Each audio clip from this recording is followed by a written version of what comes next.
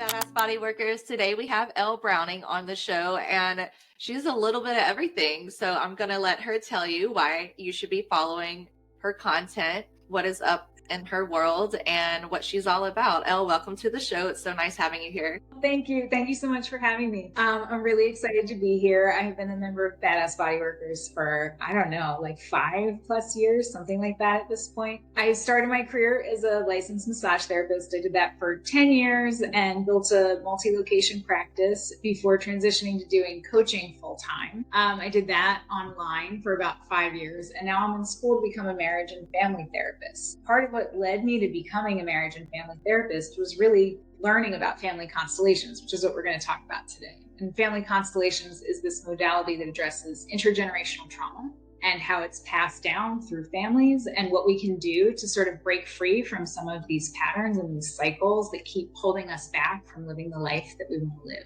And so part of how I got into all of this work was because working with people's bodies on the massage table, what was coming to the surface, I'm sure a lot of, the audience can relate to this. People start telling their life stories. They're talking about their frozen shoulder or that trigger point in their glute. And all of a sudden, it's not about the body anymore. They're having an emotional release. They're crying. They're talking about what's going on in their life. They take the therapy part of massage therapy super seriously. Yes.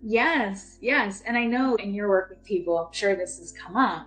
And I think that's part of, I've just noticed with all the massage therapists that I've worked with and coached over the years, that this is part of what draws us to the work. A lot of times it's our own early childhood experiences where we were caretakers, we were nurturers of our family, and then we grew into being professionals who are caretakers. There's a definite overlap. There's this quote from Bert Hellinger, the founder of Family Constellations, and he says, "The way we belong to our families is the way we belong to the world." And I have found that to be very true personally. It's just kind of this idea, the blueprint that we get and how we show up as kids is often what we bring to our adult relationships and our adult profession. I think about that a lot, how my childhood has impacted every single one of my passion projects and who I am as a person and personality and values. For me, integrity is extremely important. So is transparency. Simple things that really just help make my life much more authentic and better. We were talking before the show of some books that we read, and I mentioned Heal the Witch Wound book, which I'll put in the show notes. I'm only 2 chapters in. And already I'm like, oh my God, this is hitting deep because my ancestry is Irish. A lot of my ancestors were most definitely persecuted as witches and for speaking out or for being different, being an outcast, being a healer. That runs deep. A lot of us, I think, especially other healers and body workers. Totally. I can't tell you how many body workers I have coached where their struggle is, how do I show up authentically, either marketing my business, getting greater visibility online, and they're asking, why am I having such a hard time doing this? I don't understand. I know the steps I need to take. Why can't I do this? And we sort of unpack it and we look, like, you don't have to go super far back for a lot of women body workers. If you look in their ancestry, there is some sort of history of persecution for being involved in the healing arts, or for even just almost no matter what your field is, using your voice and speaking your truth has not been safe for a lot of women throughout history. Part of what I do as a coach is just take some of the mystery out of it. If you're coming to coaching and you're really not sure why you're behaving a certain way, let's unpack it and take a look and see in what context does this make sense? And if there aren't a whole lot of women in your lineage, then who could have a voice and who could be visible, you might find it difficult to do that. How does our childhood trauma play a role in the career that we have as body workers and massage therapists? And do you see any correlations in similar things we might have in common, such as imposter syndrome or people pleasing or playing the martyr or being deathly afraid of raising their rates or leaving their job and starting their own business? I wasn't sure what theme might come up most.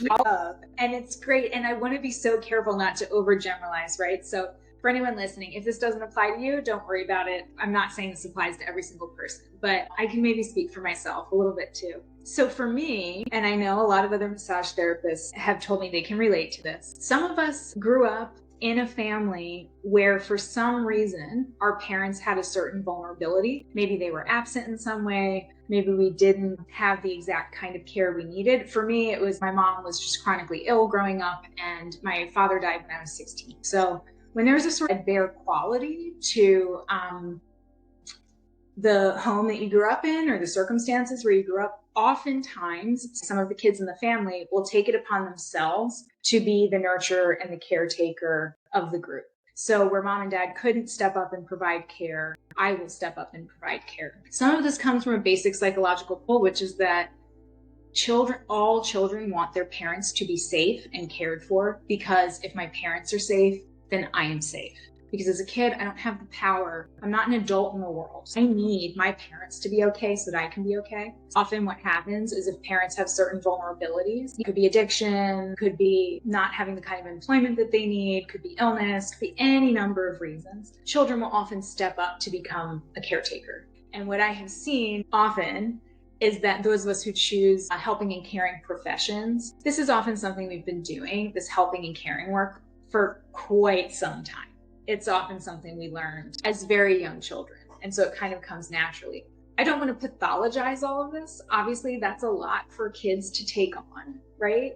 But everyone's doing their best. And it doesn't necessarily mean that having a helping and caring profession is a bad thing. It's just part of how we came to it. It's part of our story. It's part of why we care so much. Emotional labor. And I've been reading a book, and I'll put them all in the notes. So this book I've been reading is about ancestral trauma and how it passes down through your DNA. There's so much that we carry in our cells from the past, and trying to rewire our system and change that, it's a lot of work. There's a lot of really interesting stuff coming up with epigenetics, which is what genes get turned on and don't, what we inherit and how trauma impacts those genes. I think something else to remember is we don't only inherit bad stuff intergenerationally, we also inherit strength.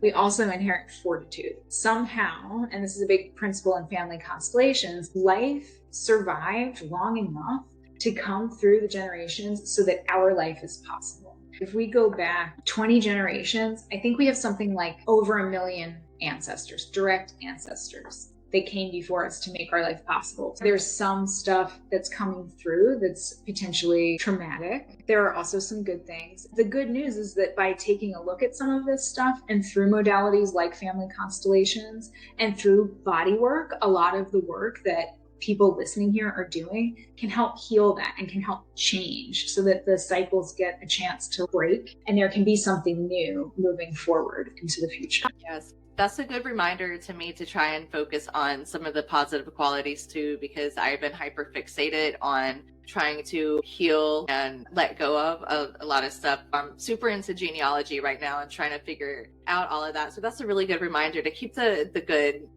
in mind as well. So thank you.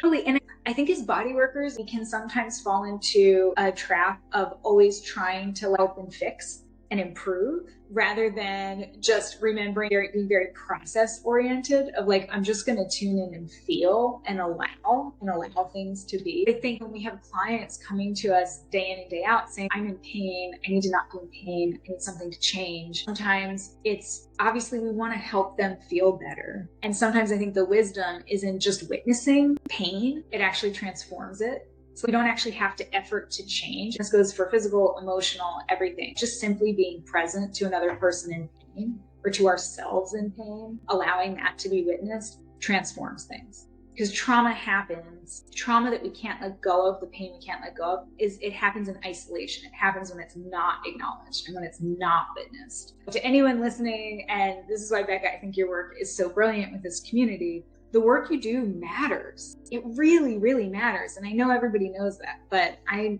just feel like it's really important to celebrate body workers, the witnessing work you do. Even if your client gets off your table and is still in pain, you took that time to sit with them and to witness it. And that is profoundly powerful. Thank you. Are you integrating family constellation work within your massage sessions currently? I am no longer practicing massage. I haven't practiced massage in several years, but I am certainly integrating mind, body, spirit into the coaching work and then the talk therapy that I'm learning how to do. And that's part of what's beautiful about family constellations is it's actually somatically oriented. It's notoriously really difficult to describe, but I can, for example, explain in an image. So part of the work of family constellations in the process, it's that we carry these inner images of our relationships to other people in our mind, and we feel them in our body, but we don't usually have a chance to externalize that. Well, part of the process of family constellations is using either inner imaging or actual objects or people and environment to demonstrate a relationship. For example, I could ask you to tune inward for a moment and imagine, anyone listening, imagine you're in a room with your mother. Where are you standing? Where is she standing? Where are you looking? Where is she looking? My guess is that maybe paints a picture of your relationship. Is she standing directly behind you with her hands on your shoulders? Is she standing 20 feet away with her back turned to you, looking someplace else? Are you turned facing her while she's turned away? Are you turned facing each other? These all tell different stories. She was to my left. I was pretty close to her. I was a few feet away from the couch. I'm just imagining my childhood home where I grew up. Yeah, interesting. Was she in front of you or behind you or next to you? To the side. To the side? Okay, yeah. In constellations, part of how we interpret some of these positions is that ideally, right, parents stand behind us and we're both looking in the same direction, which is towards the future. But what often happens that we see in a lot of people in helping and caring professions, but also just across the board, is that children will stand behind parents, almost in the parental role, trying to take care of the parents. And what that does is it sort of interrupts their ability to move forward into the future. I know it's all very abstract. It's much easier to explain in an actual workshop. The basic idea is we have these inner images of our relationships, and being able to externalize them through these three-dimensional genograms, three-dimensional family trees helps us to understand where there's disorder, where there's some chaos, and how we can sort of resolve it and bring a greater flow of energy sort of so that life force is moving through the family in generative ways. What is the difference between family constellations and human design? If somebody was trying to find a way to further explore themselves, how would they know which one is best for them? Oh, wow. Well, I'm a big proponent that I don't think there's ever one right answer to anything. I think people should seek out modalities that they feel most called to, that are most appealing to them. I think both human design and family constellations are ways of understanding aspects of yourself, how you tend to approach different situations. So I think of it almost more like astrology, where you're understanding aspects of yourself in a sort of prescribed format. All these tools for self-discovery, and the better we understand ourselves and how we relate to our environment, the better we're able to move forward into the future, creating the life that we want. I would say I think human design and family constellation really share a lot of commonalities. Family constellations really looks at your childhood and your ancestral lineage and your history to help put into context maybe why you relate in this way to the world based on factual information in your personal history, in your family's history. And it's really similar, right? That in understanding why we are the way we are, and better understanding how that impacts how we relate to the world. The whole goal is to help us move forward into the future in more generative ways.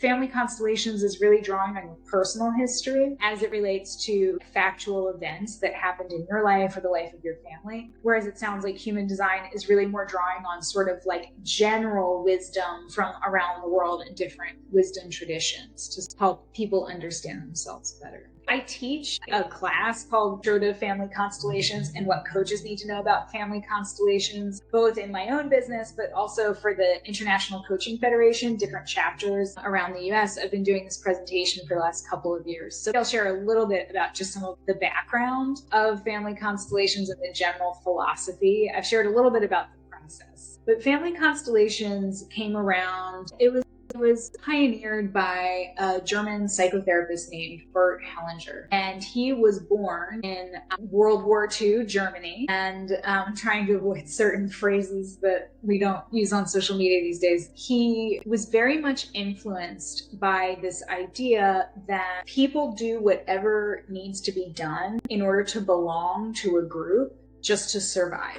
And that this belonging, it's based on the conscience of the group but the conscience of the group doesn't necessarily relate to what is ethical or moral by like larger standards. The conscience of a group of thieves is very different than the conscience of a group of kindergarten children. So all of us human beings behave in certain ways to ensure our belonging to groups. And that can be really neutral. That can be good or bad. And this is a particularly salient point for this moment in time that we find ourselves right now in the United States. But Bert Hellinger, over time, learned a lot of different modalities, healing modalities, and drew from all different branches of psychotherapy. So for anyone who knows Virginia Satir, who did structural family therapy, he drew on Jung and Lao Tzu from a philosophical lens. He drew on Sal Minuchin's work with family therapy, Nietzsche Erickson's work with family therapy, and kind of combined it all into one modality that's both a philosophy and a process. And it became really popular in the 80s and 90s in Europe and in the United States, and now it's practiced around the world today. The reason why people are usually drawn to a family constellations workshop is because they're struggling with something in their life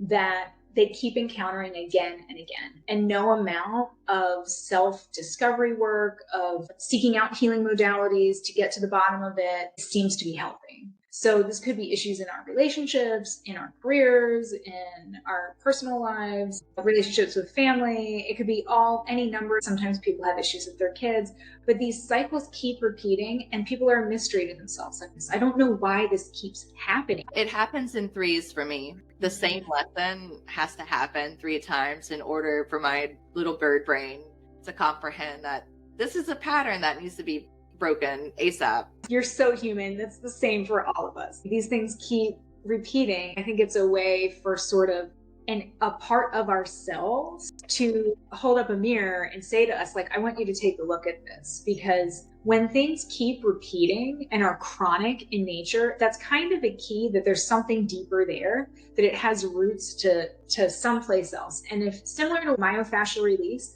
if you follow where it wants to go, you'll unwind it and you'll let the pattern sort of reset to factory settings, for lack of a better way of explaining it. It's just a human thing to have these patterns repeat. But what I love about family constellations is the modality doesn't look for like, why are you wrong? Why shouldn't you be doing this? Instead, it's looking for, in what context does this make sense? Usually what happens is there's a language of survival that gets passed down through families. So something extremely traumatic happens in a family history: war, famine, genocide, slavery, things that change the way the family functions forever. They change the way the family relates to themselves, relates to other people. And then these coping mechanisms as a trauma response get passed down through generations. So for example, we were talking about women. It looks like keep your mouth shut, keep your head low, don't be seen, have a fawn response. If you feel threatened, fawn. These get passed down through generations and generations way long after they're useful. And it's understandable it happens, right? Because at one point in time, the family needed this to survive. I think about the Irish, right?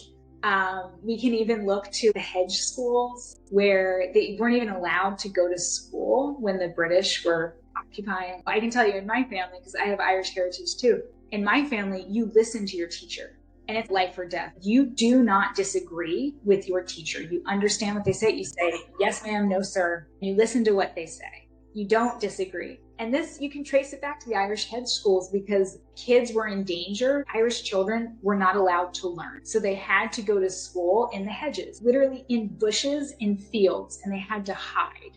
They couldn't even be in a literal schoolhouse. So they had to get an education hiding in bushes with teachers. And if there were British around, soldiers around, they were not safe. So if your teacher said, we need to move now, you had to listen. Now, we could also break it down. It's also probably some of like Catholicism too. But you see where I'm going. So how long ago was that? That was many, many generations ago, right? But still to this day, I was raised like, yes, sister, no sister, right? in school growing up. So anyway, this is a very long-winded way of saying these patterns get passed down. And they look like things that are a mystery to us. We don't know why we do them. And it's because they're often unspoken. We just kind of absorbed it through the family. In one of the books I've been reading recently about generational trauma, they mention how it can even be passed down through adoption, because somebody raised you as well, and all that energy is transferred. And that was really interesting too. I was like, whoa, I think a lot about my dad's side of the family. My mom's side of the family is Irish. My dad's side of the family is Cajun, from Louisiana, Mississippi, rural South. I'm so interested in the Cajun side and the Louisiana heritage and culture as well. Fascinating to think about my own patterns, which definitely, like, I know what I have inherited from my mother: the martyr syndrome, people pleasing, imposter syndrome, the witch wounds. I could go on. And I love my mom. She was awesome. But growing up, I did have to fend for myself. I'm a latchkey kid. I'm sure that's very shocking. And anybody who is a latchkey kid, they kind of understand the struggle of what it was like to figure things out on your own and have to be the semi-caretaker of your younger sibling and to not have a lot of guidance, but at least there were some resources for us to figure it out on our own, and being a rebel. And it's fascinating to think about how my mannerisms as a child and even my interests, like how I like to investigate stuff a lot and unpeel the onion layer to see what people's true intentions are, because I've seen a lot of backstabbing in my life, and unfortunately I've been taken advantage of. I mean all of us have, up to a point, right? It's a human experience. And I learned to start doing more research, start listening to people's intentions and tones, also looking beyond my own perspective, because sometimes people treat other people differently than they do me. That's a lot of hypervigilance on my end as well, because of I never knew what was coming, so I had to consider everything, which led to my anxiety, blah, blah, blah. I think if more people understood these patterns about themselves, they could heal and stop letting the same patterns manifest in their life. It's a lot. Absolutely. And thank you so much for sharing more about your personal history. I'm sure if we were to look, right, through both your mom's and your dad's lines, we would find ancestors or people who came before who had some of the same struggles. And we might even find, either in your own life or more recent history, some origin story for this being wrong, for needing to be on the lookout, for being taken advantage of, for people taking advantage of other people. Likely it did not start with you. And some of that, when you can look and see that in the generations behind you, it kind of like a pressure valve that gets released a little bit. There's a little bit of a right sizing of taking responsibility for what's ours, but also letting the past rest. And I'm wondering, I don't know if you're open to it, but I have a really simple exercise that I do sometimes to kind of demo constellations. And it actually, in this instance, would really just be, it's an exercise from my mentor, Susie Tucker, and it's called Building Your Wingspan. And we actually don't get super deep into ancestral fields. It's more about celebrating who you are right now with different aspects of what you've accomplished. I'm wondering if you would be open to that. You can say no. Yeah, I love stuff like that. I definitely need to slow down a bit more. So, yeah. Okay. Well, thank you. Okay, great. So for this exercise, again, called Build Your Wingspan, it's from Susie Tucker. The goal of this exercise, for anyone who's a coach out there, you can use it. The goal of this exercise, we do it when we are celebrating completions, when someone actually feels they have imposter syndrome. This can also be useful. What we're doing is we're just marking time and all of the different things that any human being has accomplished, and just really recognizing it and giving space to acknowledge that. What I'm going to do, Becca, is ask you to find different objects in your immediate environment. It can be paper clips, it can be coffee beans, it can be Post-its, it can be anything. Here's me and my mic stands. 15 small things. And I'm going to have you walk you through naming a few things for yourself. And then we'll, of course, here's my, okay. Do you have, that's perfect. That's perfect. Okay. So what we're gonna go through is I'm gonna ask you some questions about your life and your career and things that you have accomplished. And what I'm gonna ask about is not sort of qualities that could be argued, I'm a good person, or I've learned compassion. I'm gonna ask you for things like, what education have you completed? What kind of licenses do you hold? I'm going to ask questions about friendships, or people can include marriages or divorces. So to begin with, we're going to build your wingspan. These objects that you're going to place next to you are like feathers in your wingspan. So my first question, Becca, is tell me a little bit about your education. What's some education that you've completed? In high school, I was in the Gifted and Talented program. And then right after high school, I went to massage therapy school. So I got my diploma in that. All right, I'm going to stop you for a second. Let's take a Post-it for your high school diploma and then for your massage school diploma. Okay. I'm putting them on my legs. Beautiful. It almost doesn't matter exactly where they are, but we're imagining that they're going next to you as though we're building feathers in your wings. And you don't have to worry about writing on them if you don't want to. They can just be the Post-it. Yeah. Okay. And then what else? I learned how to fire cut from an acupuncturist while I was in massage school and learned from a Mayan elder in Mexico in the Yucatan. So that was really a unique way of getting into fire cupping, which is what I'm known for. Yeah, right. Become exactly what you're known for in your career. So let's do a Post-it for the fire cupping and learning from those elders. Tell me more. Well, I'm just going to name one for Badass Body Workers. That community that you have built, like that is an accomplishment. That is something that is in your wingspan for sure. So let's do a Post-it for that. And then tell me, I know you have some hobbies. What are some hobbies that you have invested years of your life in learning? Definitely foraging. I love herbs. I would totally survive the zombie apocalypse, by the way. So if we ever get to that point, I know what will kill you out in the wild. That is such an essential skill. That's so cool. All right, so did you put a Post-it for foraging next to you? Okay, beautiful. What else? Because I know you have others. I know you're a really talented artist. I'm going to out you. Yeah, I like to make tie-dye and fiber arts, t-shirts and stuff. Business. Ooh, I do not like keeping up with the inventory. That's a lot. I hear that. And speaking of business, I know that you had a business that you closed. Can you tell me a little bit about it? Yeah, I started it about 2 years after I graduated massage school. Stepping kind of put me into the spotlight, and I kept getting booked. And then me and my helper, she turned into my staff member, and then we grew into a bigger space, and that was really neat. And then COVID happened, so I decided just to travel around and teach a little bit. And now I'm settled in Austin, Texas, working out of my home and working at a hotel spa on the weekends. And it's so perfect. It's so much better than going through the rat race in Louisiana. So there was also this transition where you allowed it to shift forms from one thing to another thing that was a better fit.